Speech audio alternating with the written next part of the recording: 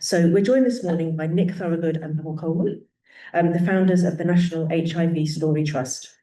Nick's career has been focused on TV and mass communication, firstly through television production, where he created content and channels for most of the major broadcasters in the UK. His passion is to make sure brands create narratives that drive interest and engagement, and believes passionately that the legacy stories of NHST must not be forgotten but told and retold. Paul Coleman is a BAFTA-nominated TV director and producer. Having himself lived through and survived the AIDS pandemic of the 80s and 90s, he was inspired by the incredible testimony of those who've taken the same journey and the stories of those who were lost. As co-founder of the NHST, he's incredibly grateful to all of those who support the charity and who've joined him in ensuring the testimony and history of those times can never be forgotten. So without further ado, please join me in welcoming Nick and Paul.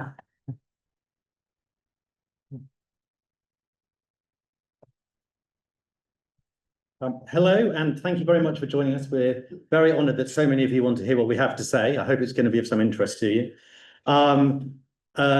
The talk is entitled "It's Not All Death and Diarrhea," because we thought the best thing after breakfast was to talk about diarrhea. Ours is a very interesting story. People have a preconceived idea of what AIDS is about. In fact, we very much say our story is about love, and it is extraordinary, and we hope you'll get a little flavour of that when we show you some of this. Neither of us come from a background of museums, archives, or anything quite like it. So we will tell you a bit about what we do and how we found out that we were doing an archive without knowing it. We're two telly-tarts. We both came from the world of TV. We both are used to telling stories. We're used to getting glamorous young people, sticking them in next to nothing, putting them on screen and getting people to engage with us. So to have programming that was all about attractiveness and getting people to watch in vast numbers, to go to stories that were more challenging. At one time, I wanted to call this talk "Making the Unattractive Attractive," but Paul said I wasn't allowed to do that. But it's true, we're taking difficult subject matter. We ended up creating an archive without knowing that we'd done it. And from that, we then had to work out how to engage with archives. And that became really, really interesting for us. So what is the NHST? Well, in some numbers, we have been around really for over 10 years, but 6 years as a charity. We are run entirely by volunteers, our trustees and our volunteers. We officially, according to the charity's website, have 10 volunteers. In fact, it's nearer 20 people who do the core of our work and give us time, and we're very grateful to that. We actually now have 2 contractors. The objects of our charity status mean we're not allowed to have employees, but we have 2 contractors, which is great, and that has started to change things for us. And at the core of what we do are somewhere in the region of 250 hours of video interview that we have recorded that tell the story of HIV and AIDS from many, many different perspectives. So our organisation is all about filming these stories and ensuring that they get told and retold so that the history of HIV and AIDS can never be forgotten. Right. Hello.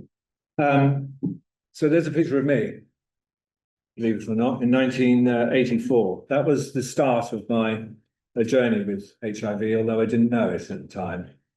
And it was around that time, we were enjoying gay liberation and gay rights, so-called, back in the day. And it was a very exciting time. And personally, it was very exciting for me. It was a great time of my life. And I became very engaged with a friend of mine who was also called Paul. And we had a great friendship. Unfortunately, he was to succumb to AIDS some years later. And I was sitting down one day thinking about him and thinking about all the great times we'd had together.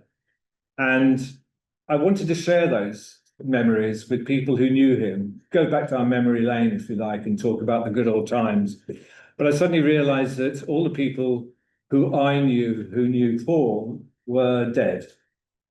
And in that moment, I felt incredibly, incredibly alone. And was also struck by that thought that if I was feeling like that, surely there are a lot of other people who had their memories that they wanted to share. And I thought, as a natural progression from being in television, that the best way to explore that was to create a film. And that's what I set out to do. with an idea that those stories would be preserved through the film.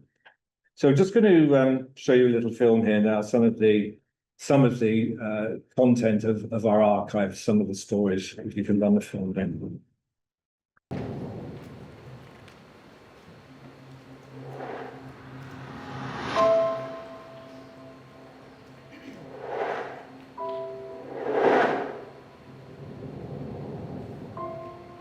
Robbie died on New Year's Eve, so the end of 86, 87. He just escaped having to be buried in concrete.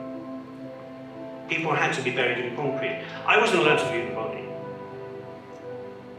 4 of my lovers died all in the late 80s, early 90s. I was living in a dark little council flat, which I'm still living in really, and nothing's really changed. I was on the edge, yeah, all the time, psychologically, physiologically, spiritually. I withdrew, people were dying around me, as you know, friends, was like circle of people were less and less. I was very unhappy. We were just at that point, if you like, of feeling hopeful about us. And he'd gone to his hospital and he didn't see his own consultant at that time. But he was told, basically, and it was a word which I don't hear anymore, thankfully, but he was told he was a treatment failure. By the time Robert came out of hospital, he was 4.5 stone. I could carry him up 4 flights of stairs to his bathroom. We wanted the bathroom. You know what I mean? We forget this completely devastating impact. We were supposed to meet on a Monday, and unfortunately I kept phoning, couldn't get hold of him, and by the Tuesday, when I was phoning, the police answered the phone, and he'd hung himself. Nobody thought to test me because I was, you know, a straight white woman. I hope it will be different nowadays, and I'm pretty sure it will be, but back in those days, you know, I didn't really know any women who were positive. I wasn't going to tell my friends because I would sit in conversations and people would say, if anybody with HIV was part of a group I was sitting in, I would just leave, you know. And I was sitting right in the middle of these conversations. And I thought, there's no way I was going to disclose my status. You know, we were all double gloved and double gowned, and he was kept in an isolation room. All of his cutlery was plastic, paper plates, even his notes had infectious written on them. We didn't touch them without gloves on. You know, his bedding was burnt. I mean, it was just horrendous. This junior doctor said, does Robbie, you know, I'd like to give him diamorphine. Polite way of saying, you know. And I'm going, yeah, fine. He said, does Robbie know he's dying? And I said, yes. And the doctor burst into tears. Doctors and nurses used to go to people's funerals. You know, kind of, because in a strange kind of way, we're all in this together. And I think HIV care, in a way, became the model, you know, the gold standard of care in the UK for the NHS.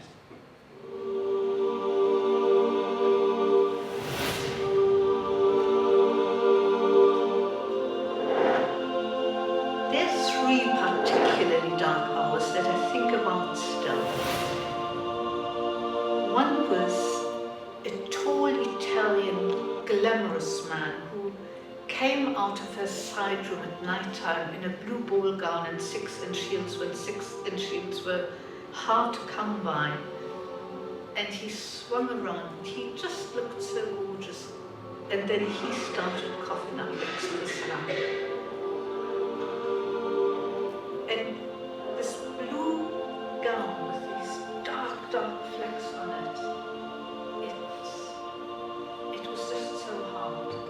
It was just so painful. And he knew exactly what was happening.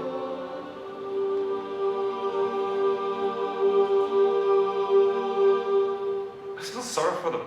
They were just wrong place, wrong time. These people they were in the prime of their lives. They never got to tell their story. here I am within touching distance of, of retirement age, and I haven't had a paid job for 20 years. I have no pension. I probably won't have a state pension. I have no property, and yet at the same time, both Paco and I are so thrilled that we are alive. Looking at kind of the whole epidemic and looking back at the 80s and the 90s, I'm just incredibly struck and touched by all of the lives that were lost. And for me, as a gay man who's HIV positive, that's part of my story too. All of those who came before me, that's part of my story. My life is very different, but it is part of my story, and I think that I don't want to lose any of that. I don't want any of them to be forgotten, because I think it's so, so powerful to remember all of the men and women who died and to hold on to that.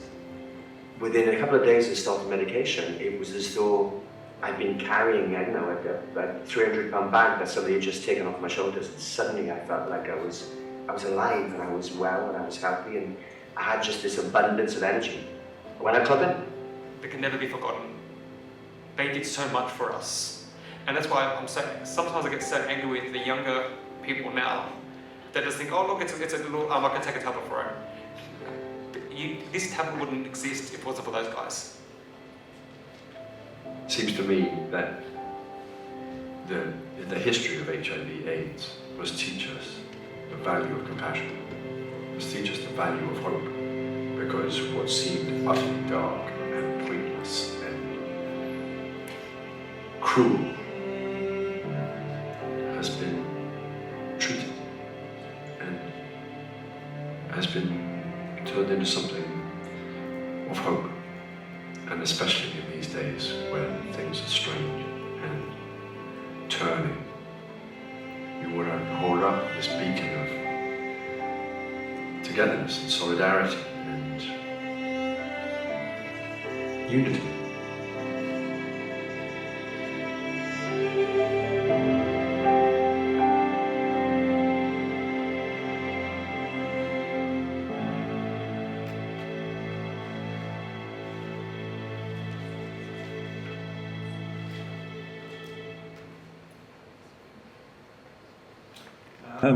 Should just say,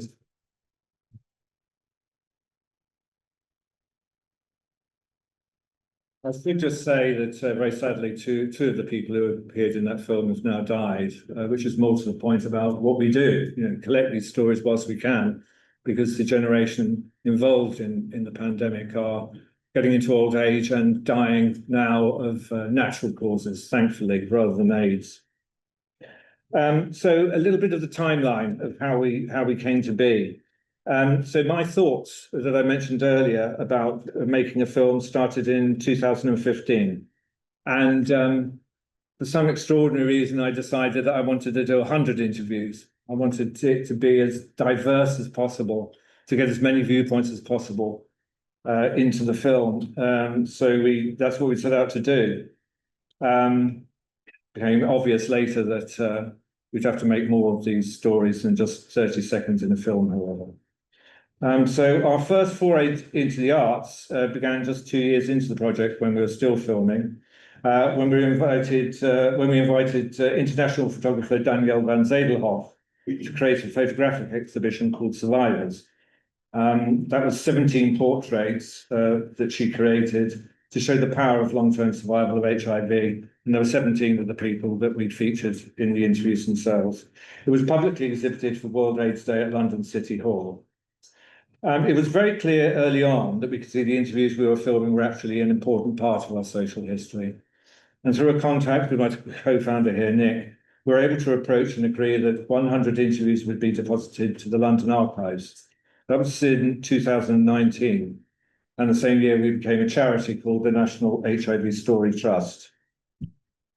In 2020, we published our first book, which was a selection of 22 diverse contributors from the interviews. This again was to expand our reach, really, to make something very accessible to people in written form.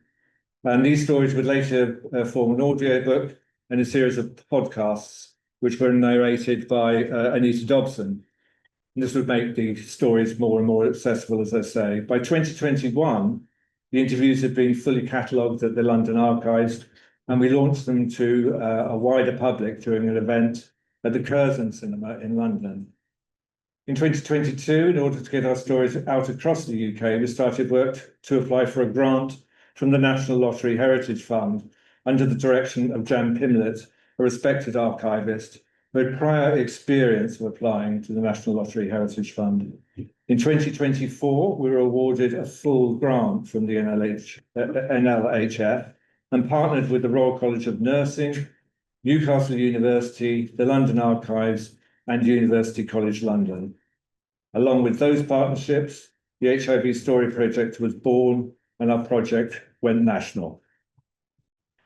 I should just say as well, we have brought copies of the books for all the people who are here, so you'll get given a copy of the book, I hope, at the after the session. So we really urge you to read those stories. You'll see the diversity of what we cover and the fact that we have contributors, black, white, gay, straight, trans, across the board. We cover contaminated blood. We talk about the international issues of HIV. So please do take your book and please enjoy it. The challenges we face. The girl is hiding her face because people don't want to talk about gay sex, and at the centre of the HIV/AIDS crisis, there's a lot of gay sex. We happily go out and do talks all the time that have fisting and cottaging, and we didn't do that one for you today because we could have done. So that's something that we have to deal with. It makes it difficult for us to get out in front of people and to get out in front of funders. The second problem are our own fabulous LGBT community, who perhaps understandably want to put the issues of HIV and AIDS behind them and look forward to a new world of pride and partying and not think so much about the issues and challenges of the past. So that's why we feel it's so important to keep saying it. The next thing for us is the Gideon Mandel photo on the right, which was people still have a memory of the dark times, not thinking about all of the positive aspects that came from this story. And then there is the archive itself. Size matters, whatever they say. It is huge, 250 hours with so many different diverse subjects, trying to get people to know where to start, where to engage, how to understand what it is we do is a challenge. And also we have a duty of care. A lot of the stories that we tell are very challenging, very personal. We talk about the second coming out. For a lot of people, it is the first time they've publicly talked about their HIV status or their relationship with HIV or losing someone to AIDS. Alongside that, a lot of things happened at that time that we have to be very careful and consider how we report. People took experimental drugs, not necessarily under the instruction of doctors. People helped other people bring their own lives to a conclusion. Doctors and nurses made decisions about treatment of patients that perhaps now would look challenging from letting people in and out of wards. So we have to be very careful about how we give access to the archive and the stories that we share.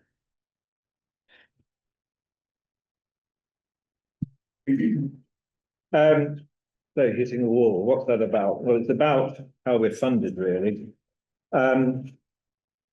When we started this, the three sort of dominant mainstream charities involved with raising funding for HIV, for work around HIV, was obviously the yearly World AIDS Day, Terence Higgins Trust, and the Elton John AIDS Foundation, all of which look or focus mainly to ending HIV infection, in the case of Elton John AIDS Foundation in Sub-Saharan Africa, and in the others just generally around the UK and around the world. The second line is about the funding that we are able to get from the drugs companies. There are very few people who want to fund HIV and AIDS projects. The drugs companies naturally do because they make a lot of money from the drugs that they distribute, but they're restricted funds. And for a small charity of volunteers, we needed to find out, we are very limited in what we can do with the funding that we get. I should say the book that you're going to get a copy of came to us with the help of funding from Gilead, who paid for the transcription. So we can sometimes make it work, but it's small amounts of money. And actually things like the overheads of running our website, we can't necessarily take from that funding. And the final line there is all about the fact that we are two people from the world of telly who are used to people generally stabbing you in the back and being vicious and nasty. We had no idea what bastards the charity sector was. They stab you in the front. They don't even bother to stab you in the back. So we were fighting for the same dollars as everyone else is, and that proves a really interesting challenge for us. We have some amazing people who support us. We have a fantastic patron who supports us and helps us, and that really has got us over some hurdles. And then the second bit, the reason I put kittens and sweet children up is, as you've seen from our film, we don't have that many kittens and sweet children in our images. So again, harder to draw funds. However, the Heritage Lottery Fund was a perfect fit for what we wanted to do. They were people who understood how to keep history alive, how to keep recent history alive, and how to tell stories, and have been phenomenal. We did not necessarily expect that we would be able to go straight into our project with full funding, but we were, and we did. So I'll give you a quick rundown of what we decided to do to get our Heritage Fund across the line. We realised that Paul and I, our strength comes from storytelling. That's what we've done for our career. We understand beginning, middles and ends. But as I said before, the size of our archive made that very difficult and untellable. So at the centre of what we do, we put storytelling. If you start at the 1 o'clock position, it's a picture of scissors cutting down, because we had to realise, how do we take 125 interviews and make it accessible? And the first thing to do was to cut that to 45. Then within those 45, we cut them further. We had to work about, how do we make this into things that the YouTube generation would understand. So remembering our interviews are around the 2-hour mark, we cut those down to the point where we could tell those stories in 3 minutes or less. We employed a ghostwriter who worked on transcripts, took those transcripts down into manageable chunks, and then built 45 compelling stories. But 45 individual stories would not be easy to navigate. So the next thing was to look for connections. And what we realized was, although these stories were very different, as I say, we cover all the different kinds of backgrounds of people, their lifestyle, their sexuality, their age, there were connections that tied them all together. So what we then had to do was bring our telly tartness in and say, right, how do you make this shocking, interesting, get people to engage? So those subjects that connected people had to be more compelling. So things like drag queens or trans rights or whatever it might be, that we knew would be things that people would find and want to connect through. Beyond that, we then had to work out how to make the connections work in a very complex matrix of ideas and subject areas. And for that, we took our inspiration from the London tube map. If there could be nothing simpler for navigating around a city as complex as London than something that had been flattened, simplified, named and color-coded. And that's exactly what we did. I hope you will take a look at our display board, which is out on the first floor. I should warn you now, very sadly, we weren't here for the erection of it, so it's the wrong way around, and it has got one of the panels in the wrong place. But normally, and if anyone wants one of these, we're very happy to loan you one of these for your venue. It actually works like a tube map to tell you a story. You can choose a subject and follow your way through. Paul will talk a bit more about that. The next thing was that it had to have video. Video was hugely important. That's what we do. So working out how we could embed video in a pop-up exhibition became the first challenge. How we could work on making that video work for a modern generation became the next challenge, and hence the fact that for each of our 45 stories, we have our 3-minute film, but we also cut a 20-minute film. And if people are then interested further, they can go in through the London archive and see the full-length film. That had to be at the heart of what we did. Alongside that, then we wanted faces. I think, we put the picture of Paul up as an 18-year-old, because let's face it, I mean, it's not too bad, but it's much more attractive when he was 18. So we have faces on our board because we know that people engage with faces. If you look in someone's eyes, they will believe what you say. And again, before our experience, both of us worked. In fact, we first worked together. You're all far too young to remember a channel called UK Style. Eventually, it becomes HGTV, but we worked together first on that. And it was all about before and after makeovers. So again, our faces on our boards have the stories from the time to the stories to now, before and after. Next to that go the QR codes. We wanted people to see this, be interested, and then be able to delve further in. So tying the physical, practical into the digital, electronic. And so each of our 45 stories has a QR code that will take you straight to that web content. And then the very important bit is the final picture of AI. That was the best I could get for AI. Which is, how do modern people, young people, I suppose we have to call them as an old person, connect through video. They connect through automated video selection. You go into YouTube, the next thing you know, it's lunchtime, you've been there for 3 hours watching interesting films about how slot machines work. And that's what we wanted. We wanted to have, if you watch one of our films, it would automatically feed you into the next film on that subject, link you in and get you excited. And hopefully our aim is if we get people to stay for 2 or 3 of our stories, then they've learned a little about our subject and will hopefully learn a little bit more. So that's where this special project funded by the National HIV Story Fund, HIVStory, came from. I'm just going to show you a very short film about that.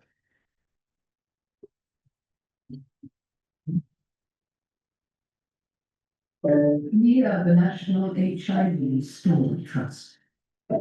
We exist to preserve the history of those affected by the AIDS pandemic of the 80s and 90s. We produce films, books, audiobooks, podcasts, theatre, education, music, and recorded over 100 interviews.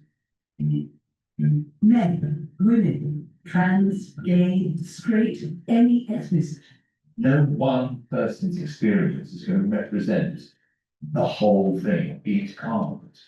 But having a great many personal experiences, I think, will help future generations properly understand better what happened and why it continues to matter. And now, the National HIV Story Trust are taking these stories out across the UK, raising further awareness and generating positive social change. By retelling these stories, we enrich and inform all generations about this important part of our culture. This is the HIV Story Project. HIV Story is a first of its kind 3-year UK-wide outreach programme, which through a combination of live and virtual events will give people of all ages access to an often overlooked part of the UK's heritage. It will invite discussion and allow everyone to learn about the current issues surrounding HIV. We'll be offering skills training to local communities and opportunities for young people to start an apprenticeship in the heritage sector. And we'll be ensuring this part of social history that we know and be forgotten. Giving a voice for those who didn't survive, honouring those who did, educating the future generations. We will keep on telling the stories. Probably young man. He was in his early 20s. He was diagnosed HIV positive, went straight onto medication, and I was just in for routine bloods and, you know, sorting out his next prescription, and I was checking in with him, how are you doing? He said, oh, it's great, so-and-so's brilliant, we're doing this, we're going on holiday. I said, wow, okay, brilliant, fantastic. And he said, well, can I ask you a question? I said, did people used to die of this? It's like, yeah, pretty much everyone died. Yeah, everyone died. He said, God, I need to find out about this. I said, well, okay, we do. Real people, real lives, real stories of the AIDS pandemic.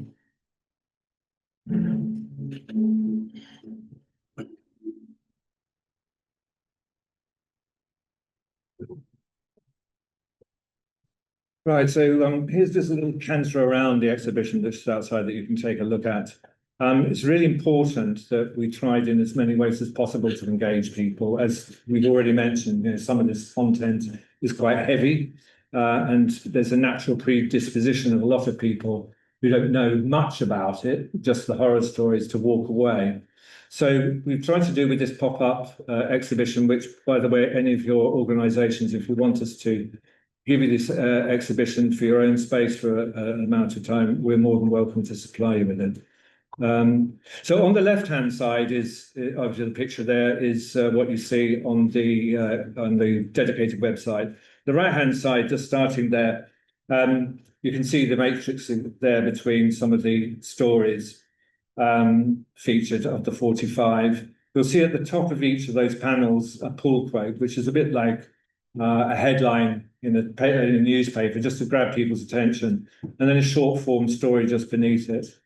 Then you get the headshots, which Nick spoke about, the current day shot from the interview, and then a shot from the person back in the day. It's really important to contextualize all this stuff, because it's very easy just to suppose that HIV and AIDS is all about middle-aged men, and it's not. Really startling example actually is one person we interviewed who's the head of quite an important HIV organisation, and he's talking to me about his story and reveals that actually at the time he was a punk. And it completely changes the way you hear his story when you know that he was experiencing all this as a punk.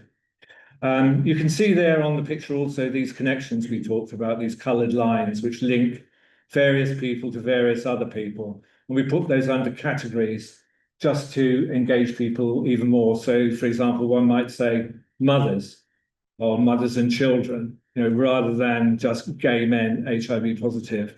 And you can connect from one story to the next. You can then use the QR code that Nick spoke about, which will take you to the website. And on the website, you'll immediately be shown the film of that person. You don't have to press a button to make that happen. It just plays. You've got the pull quote at the top there again to sort of back it all up. And then beneath it, you've got short form and long form transcriptions, which are created by a lady who is a professional biographer. And that's just about it for that one. So what have we achieved? We're 1 year in now. We've achieved a lot, actually. We're very pleased. We created our exhibition. We've had multiple exhibition uses. And there's a picture of when I was a little bit fatter, actually, at UCL.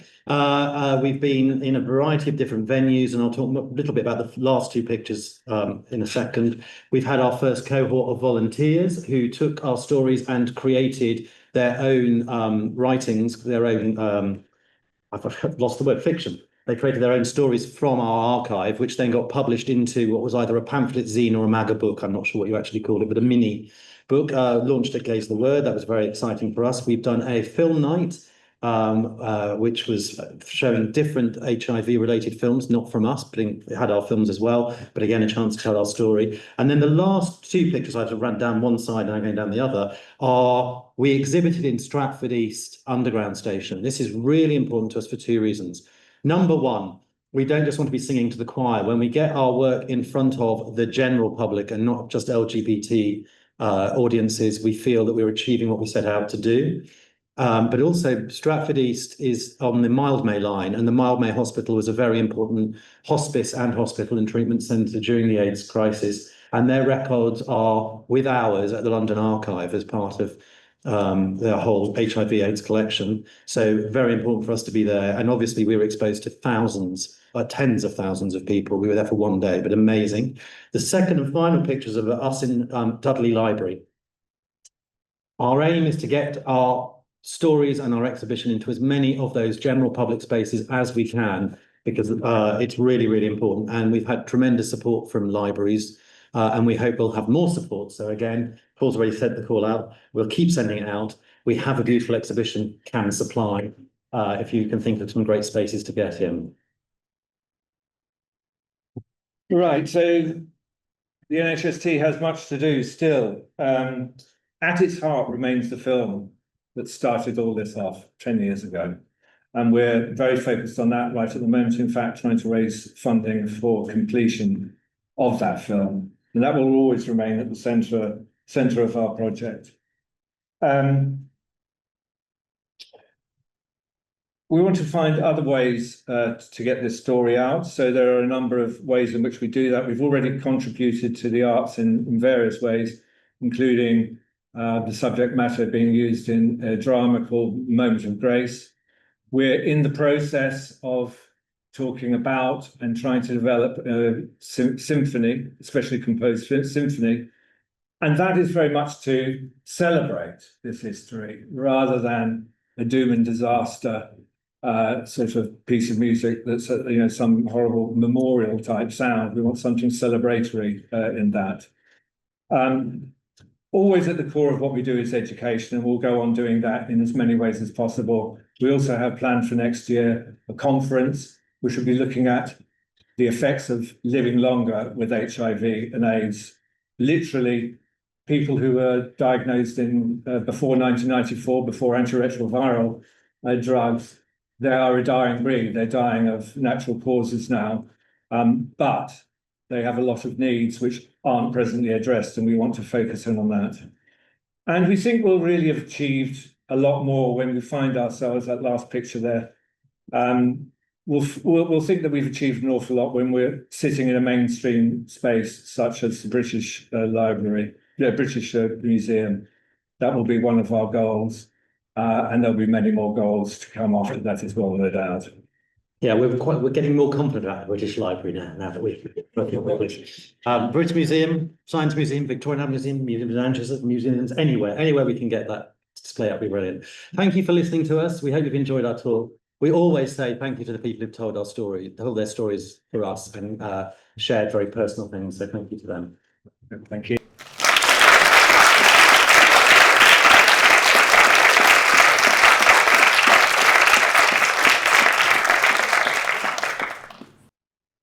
Fantastic. Thank you so much for that incredible work that you're doing and those very powerful stories. So thank you. We have about 15 minutes for questions now. I don't know whether we have any online or any. Let's take some from the room to kick us off. We have roving mics, so yes, there's a person there in the room. Hi, thank you so much. I am Aidan from the Fitzroy Museum in Cambridge. I just want to personally thank you for all the work that you've done. I am an oral historian by training, so very much benefited from all the work that you've done as well. But I have one specific question about the use of the collection and perhaps relating to Gilead specifically. So you kind of mentioned about using the kind of collection and the work you've done a lot about education, but I also wondered kind of the scope for using it for direct activism as well. So for example, there was a whole kind of campaigning back around when you were kind of starting up as well. I was wondering, were you involved in that, or how do you see yourself contributing to future courses like that? We made a decision quite early on that we are not a campaigning organisation as such. The second that you start taking a stance, and what we're seeing within the LGBT community charity sector is some horrendous division with people choosing the bits of LGBT they like and they don't like. We are an all-inclusive organisation. We don't have the expertise or resources to work on campaigning on specific issues. What we campaign on is general issues, and in particular, it is about HIV and ageing and stigma, because for us, that's where we have an expertise. We have the voices of older people. We have the voices of the people who've had lived experience of the pandemic. So whilst it's very, very important, and certainly the drug companies have a huge responsibility. They are the people who will seriously change the world issues of HIV and AIDS. They have, whilst getting drugs out there, getting drugs into the countries that can't afford them, the experience of HIV and AIDS is so different in developed Western countries where medication is available and in this country free, effectively, to what is happening in other parts of the world. That's really, really important. But that can't, we don't have the resource. I think you saw it a few times in our presentation. We spend more of our time fighting for resource to do what we do than we actually have the capacity to do. So it's a really good question. It's really important. If people wanted to talk to us and find out ways of taking our content, or more importantly, connecting to our contributors to do that, we are always open to helping connect people. And we do a great deal of that.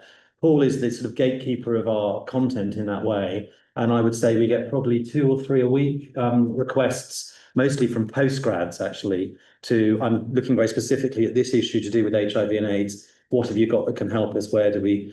They then get referred to the London Archives, who actually created a specific system called Mediatique to handle our archives. But all of that is currently done through a process of application, because, as I say, we also have to be very aware that we have a duty of care to our contributors. Can I just add a little bit to that? The role of London Archives is really important to us. It's the portal through which you can access all of this content. And Nick's quite right to say, it's in constant use, actually. There are a lot of people coming through, anything from authors to academics, use it on a very regular basis. We have many students now who have come back to us saying that they've written specifically about the content of the archive and have achieved first-class honours and so forth as a result of it. And it's really accessible. You just go along to the London Archives, you turn up and you say, I want to look at the National HIV Story Trust archive, and you will be led to it. You don't have to make prior appointments. So it's really accessible and very extensive. So make sure if you do go, that you've got a lot of time. Fantastic, thank you. And again, I think a key part of this conference is making sure that we're making those connections and supporting each other across the sector. So thank you. Are there any questions online? Yeah. So, first question online, how do you think the current uptick in anti-LGBTQ plus rhetoric is impacting awareness of HIV and possibly interactions with your brilliant archival work? I'll start. I think hugely. I think one of the things that you saw the slide with the kittens and the smiley child. We fight to even have a voice, let alone fight for the money that we need to do the things that we need to do. And it is extraordinary. And you've seen it this year with Pride. We normally make, I don't know, £2,000 or £4,000 during Pride. We tend to charge about £1,000, £1,000 to £2,000 to go and talk to a company, a bit of pink washing for them during Pride Month. And this year the requests have been much fewer. We have seen, I think you see it, the supermarkets have not put the banners in the window this year. So I think it will be really, really interesting. I think, again, we are the least attractive end of the LGBT story. I started off saying it's not all death and diarrhea, and actually the film was all death and diarrhea. So there we are. So I think it is a real challenge. I think it's a real shame. And I think it's even more important that then people find out these stories and hopefully get excited, enthused, and involved in what we do. We are a charity run on volunteers, unlike some of the big charities that we featured in that presentation. We don't have money to pay people to go out. We have a fundraiser who is one of our contractors who's paid for by one of our supporters, and we have half a day a week of her. So it's, it is massive. And it is a real shame. And I mentioned it in terms of the split between the LGBT community itself. The people who are out to try and destroy us and push us back. And you're seeing what's happening in the States with Don't Say Gay in Florida. We live on a knife edge for the reverse of LGBT rights. I really genuinely believe that. So therefore, it is really, really important that everyone in the LGBT community tries to support every aspect of this and tell every part of the story they can. Thank you. Are there any other questions in the room? Yes, we have two up there. You keep your hands up and then the word in the mic's full. Lots of questions.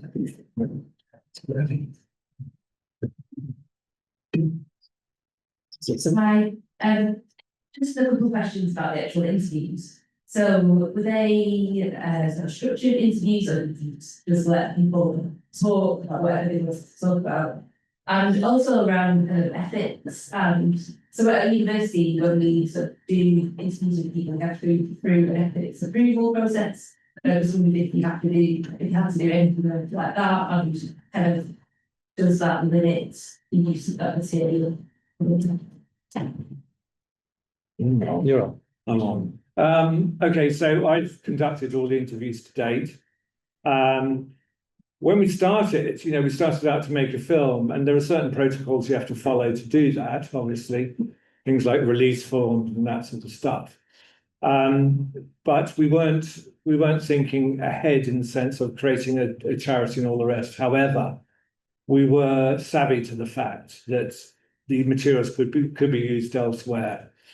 We did this purely by word of mouth, really. We did very little advertising for people. We just put it out there that we were looking to interview people about their time and experience of HIV and AIDS. Really, particularly because I didn't want to over-editorialize. I didn't want to tell my story. I wanted to be able to tell other people's. So therefore, I didn't want to overly influence them.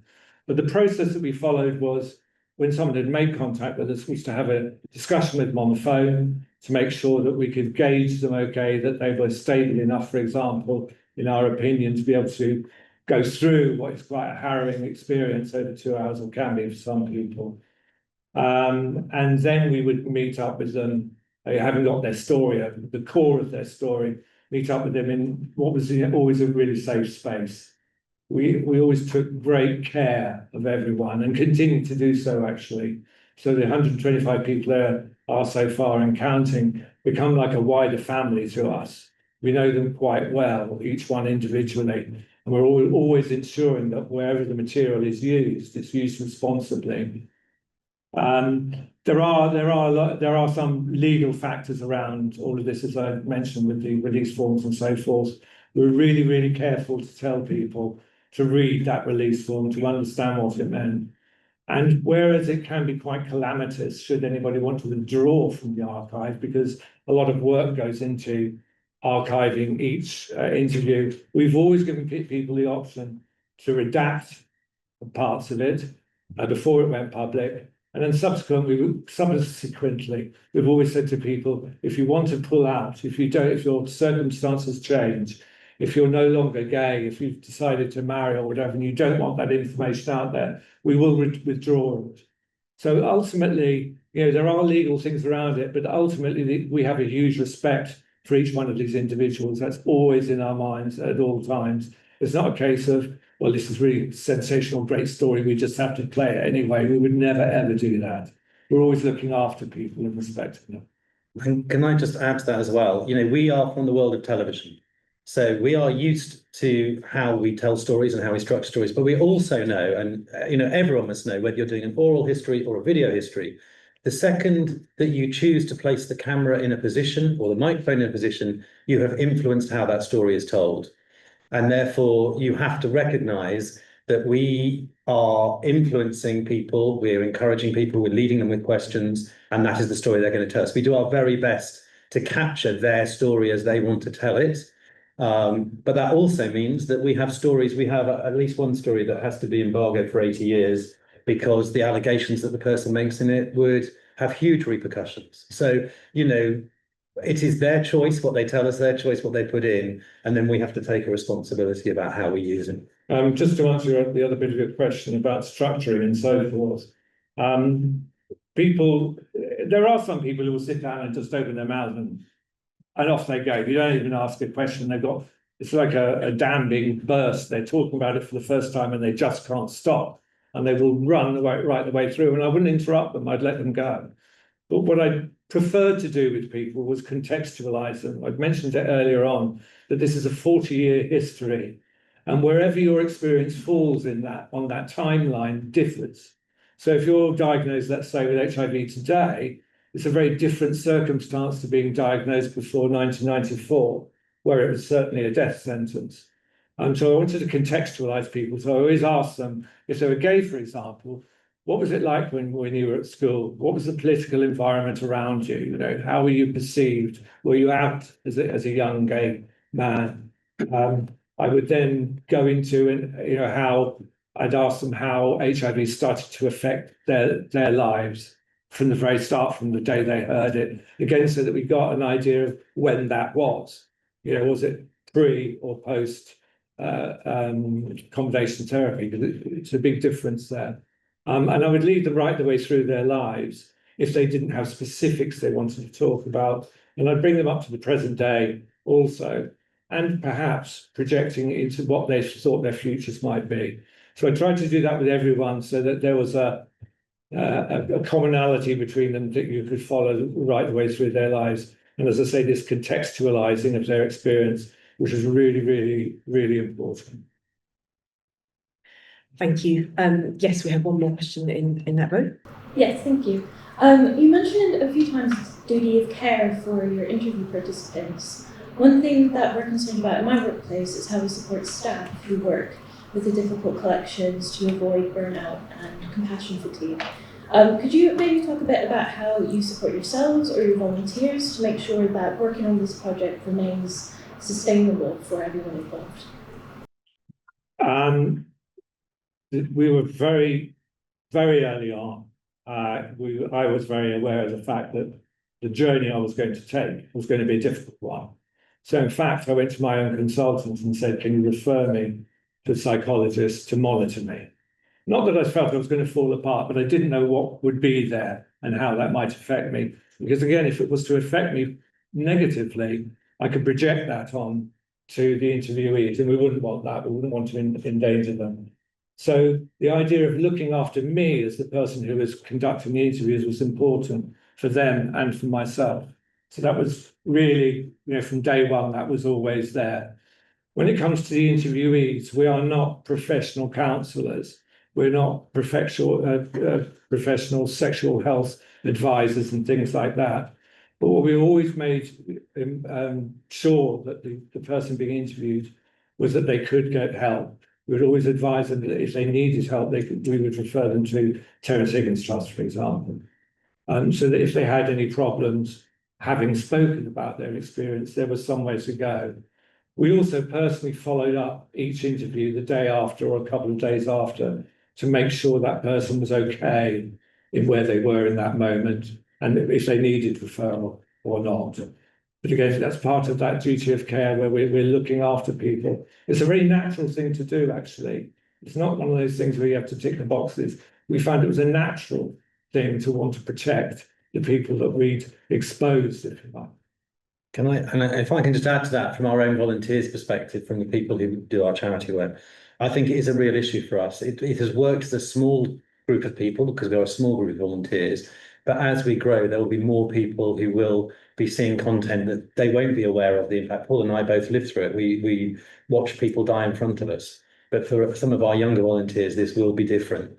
And I think it is something we will have to consider as we grow. It is one of those horrible stepping stones where we go from a group of volunteers who meet mostly online to the stage where we have people regularly working with us, working with the archive. And I think it's very interesting with our project manager for HIVStory, the National Lottery project, which is a huge part of what we're doing on a day-to-day basis. He was not aware of this world in the same way. He's much younger, and he definitely is. So you asking the question has made me think about that a bit more, actually.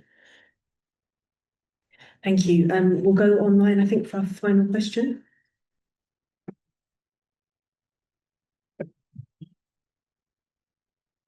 So there's a few questions, but the one with the likes. Can you talk a little more about your plans to sustain this incredible work? Not only how you're continuing to record these histories, but what sustainable solutions you are putting in place, and what you would like to put in place to protect this work. Also, how we, galleries, libraries, archives, museums, and academics support you and the community with this work. Oh, well, I'll save the end till the end, because that's definitely something we want to talk about. How do we continue? I think really interestingly for us, Paul and I had got very frustrated. The Heritage Lottery application had taken 2 years. We didn't really understand it. We were very, very lucky that we had Jan Pimlett, who's one of our trustees, who had done Heritage Lottery applications before and knew what she was doing. Like all of these things, for us, we're used to things being really simple, which is we want this to do it now. And for that, it wasn't. It was a huge document, vast. It required a number of different partners working with us, including partners who had had experience of projects that we didn't, had experience of archive projects that we didn't. So now that we've done it, our plan will be to try and get more of that money, because clearly that is a great way for us to keep funding what we're doing. But the most important thing for us on the slide that Paul showed you was the film at the centre. So we're focusing on raising funds for that, and that will create, hopefully for us, some noise and some publicity. And then the education picture up in the corner. Our work, what we would really like to do, there are a couple of things that we look at that are huge inspiration to us. One is the work of the Jewish community to make sure that they keep the stories of the Holocaust alive. And we think that's they're brilliant at finding ways to keep bringing people out, to tell stories, to make sure that can't be forgotten. And that's something that we take as inspiration. So we look and we work out how we bring people forward. And when we go out and do our talks to organisations, we always take one of our interviewees with us, or two of our interviewees sometimes. And when you hear a person's story as raw as they tell it, instantly we get engagement in the room. So that's very important to us. The second thing with that is education for young people. Now, we can't do that directly through the Heritage Lottery funding that we have, but we have an education role within our committee, which is trying to influence government and PSHE curriculum to make sure that, we would love to be part of the school's story of sexual health within PSHE, because we have real stories. We have real stories to tell, real stories about the impact. What is fascinating at the moment is the rise in gonorrhea and super gonorrhea amongst heterosexuals, which is all to do with people stopping using condoms, because now gays stop using condoms, people don't care about condoms, and it has changed sexual health across the board. So there is a great reason to keep telling this story and talk about responsibility through sexual health, but also to talk about what happened and what changes it affected. So that for us is key, and that's how we'll keep doing the work. We'll keep trying to raise the money. And then now we come to the answer about what you can do for us. You can do lots for us. You have spaces, you have access, we have pop-ups, we have people, we can come and talk. You can probably tell we don't mind talking. And it's all very portable, it's all very easy. It's a great way to start the conversation. We ask for a small donation, not a big one, or a big one if you have one. And just to get the message out there is the most important thing. We can provide speakers, we can help structure with you to say, put the exhibition up for 2 weeks and one night we'll have, you know, a speaker come and you can hold an open house and get people to come and talk. We also have the work that we're doing through the Heritage Lottery with our volunteer cohorts, where the first one was creative writing. The next one is going to be oral history training, and then we'll be taking people out for that. And we're going to do video history training as well, because we actually, one of the projects that we're hoping to set up to one of our Northeast partners is we want to do an exploration and recording stories from working men's clubs about attitudes towards LGBT and HIV and AIDS and how they've changed over the 40-year period. The final part of that is also then within our programme, we have an apprenticeship scheme. Our first apprentice we'll be looking to recruit very soon. And again, we'll be looking to get people's help to get applications for that. And that will be understanding how you tell the stories of individuals and record the histories of individuals feeding into the greater archive. And our first subject matter will be Paul himself as the founder, because we realised that through 125 videos, we tell many stories, but the one story we don't tell is Paul's. And obviously Paul's is key to how the archive came about and why we do what we do. So we'll be hanging around in the interval now. We would love to talk to anyone who wants to come and talk to us and get our details. We've got our details, I hope, but get our details and talk about how we can work with you, because that's, you know, very exciting for us.